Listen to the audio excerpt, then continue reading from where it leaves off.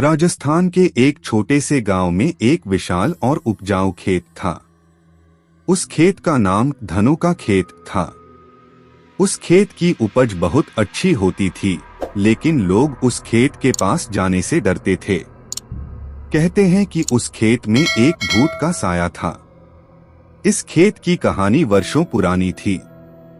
गांव के बुजुर्गों का कहना था कि वर्षों पहले धनु नाम का एक किसान यहाँ खेती किया करता था। वह अपनी पत्नी और 2 बच्चों के साथ रहता था। धनु मेहनती और ईमानदार किसान था। उसके खेत की फसलें हमेशा लहलहाती रहती थीं।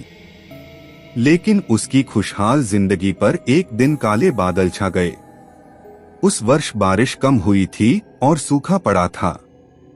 धनु ने अपनी पूरी मेहनत से खेत में फसल उगाई, लेकिन फसल की पैदावार कम थी। उसने गांव के जमींदार से कर्ज लिया था और कर्ज चुकाने का समय आ गया था। धनु के पास कर्ज चुकाने के लिए पैसे नहीं थे। जमींदार ने धनु पर बहुत दबाव डाला, लेकिन धनु के पास कोई उपाय नहीं था। आखिरकार एक दिन जमींदार ने गुस्से में आकर धनु के घर पर हमला कर दिया। जमींदार के गुंडों ने धनु की पत्नी और बच्चों को मार डाला और धनु को बेरहमी से पीटा। धनु की आंखों के सामने उसका परिवार खत्म हो गया।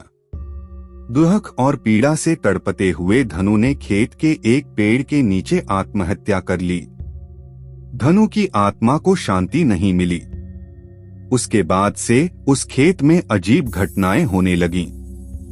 लोग कहते हैं कि रात के समय खेत से अजीब आवाजें आती थीं। कोई भी किसान वहां खेती करने की हिम्मत नहीं करता था।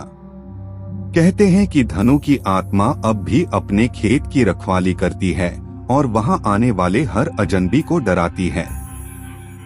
गांव में एक युवक था जिसका नाम राजू था। राजू ने इस भूतिया खेत की कहानी सुनी थी, लेकिन वह इस पर विश्वास नहीं करता था। उसने ठान लिया कि वह इस खेत में खेती करेगा और इस अंधविश्वास को खत्म करेगा। राजू ने एक दिन हिम्मत जुटाई और रात के समय खेत में जाने का फैसला किया। वह अपने साथ कुछ खाने पीने का सामान और एक लालटेन लेकर खेत में पहुंचा। रात के सन्नाटे में वह खेत में काम करने लगा। आधी रात के बाद अचानक तेज हवा चलने लगी और खेत में लगे पेड़ों की पत्तियां सरसराने लगीं। राजू ने इसे नजरअंदाज किया और अपना काम जारी रखा। थोड़ी देर बाद उसे लगा कि कोई उसके पास खड़ा है। उसने मुड़कर देखा तो कोई नहीं था, लेकिन उसके दिल की धड़कन तेज हो गई थी। वह डरते डरते फिर से अपने काम में लग गया। तभी अचानक उसे पीछे से किसी के हंसने की आवाज सुनाई दी। उसने मुड़कर देखा तो उसने देखा कि एक धुंधली आकृति उसकी ओर बढ़ रही है। वह आकृति धनु की आत्मा थी। राजू की आंखें फटी की फटी रह गईं। उसने लालटेन की रोशनी में उस भूत को देखा जो धीरे धीरे उसकी ओर बढ़ रहा था। राजू ने डर के मारे चीख मारी और वहां से भागने लगा। लेकिन वह जितना भागता उसे लगता कि वह वहीं खड़ा है। धनु की आत्मा ने राजू को रोक लिया और कहा, मैं इस खेत का रखवाला हूँ। कोई भी इस खेत में बिना मेरी इजाजत के नहीं आ सकता।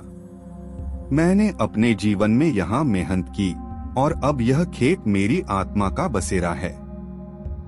राजू ने कांपते हुए कहा, मैं यहाँ सिर्फ खेती करने आया था। मैं आपकी आत्मा को कोई कष्ट नहीं देना चाहता। कृपया मुझे जाने दें। धनु की आत्मा ने कहा, अगर तुम इस खेत में खेती करना चाहते हो तो तुम्हें मेरी आत्मा को शांति देनी होगी। मेरे परिवार की आत्माओं को भी मुक्ति दिलानी होगी। राजू ने वादा किया कि वह धनु और उसके परिवार की आत्माओं की मुक्ति के लिए पूजा और तर्पण करेगा। इसके बाद धनु की आत्मा गायब हो गई।